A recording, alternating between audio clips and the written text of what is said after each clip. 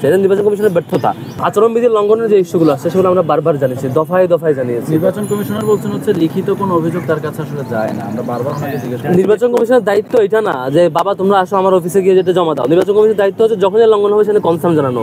আপনি একজনকে স্পেস ছেড়ে দিবেন, যা মন চায় তাই করতে দিবেন, আবার বলবেন আমার অফিসে এসে লিখিত জমা দাও।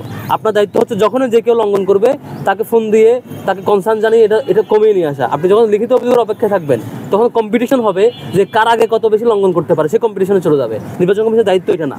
নির্বাচন কমিশনকে অনলাইনে ইমেল করতে জানানো যায়, অনলাইনে জানার সাথে লিখিত হয় না। ওনার অফিসে গিয়ে কাগজে জানাইতে হবে, জানানোর পর উনি ব্যবস্থা নেবেন। এরকম হলে কয়দিন পর দেখবেন কার আগে কে কত বেশি লঙ্ঘন হবে সেই কম্পিটিশন শুরু হচ্ছে। এটা নির্বাচন কমিশনের ব্যর্থতা। ওনাদের দায়িত্ব হচ্ছে আমরা যদি নাও জানাই, ওনাদের কনসার্নে কোথাও যদি পড়ে, কোথাও যদি চোখে পড়ে, মিডিয়া ওনাদেরকে ইনফর্ম করে সাথে ব্যবস্থা নেওয়া। মিডিয়া সাংবাদিকরা বারবার জানাচ্ছে, তাও ওনারা ব্যবস্থা নিচ্ছে না।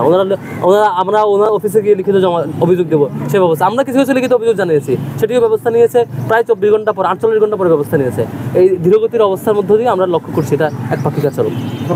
আপনার স্বপ্নগুলো আকাশ ছুবে প্রবাসীর হেলিকপ্টারের মাধ্যমে। বিয়ে, জন্মদিন অথবা যে কোনো বিশেষ প্রয়োজনে হেলিকপ্টার ভাড়া করতে যোগাযোগ করুন স্ক্রিনে দেয়া নাম্বারে। প্রবাসীর হেলিকপ্টার, নিরাপদ ও সাশ্রয়ী বাহনের বিশ্বস্ত নাম।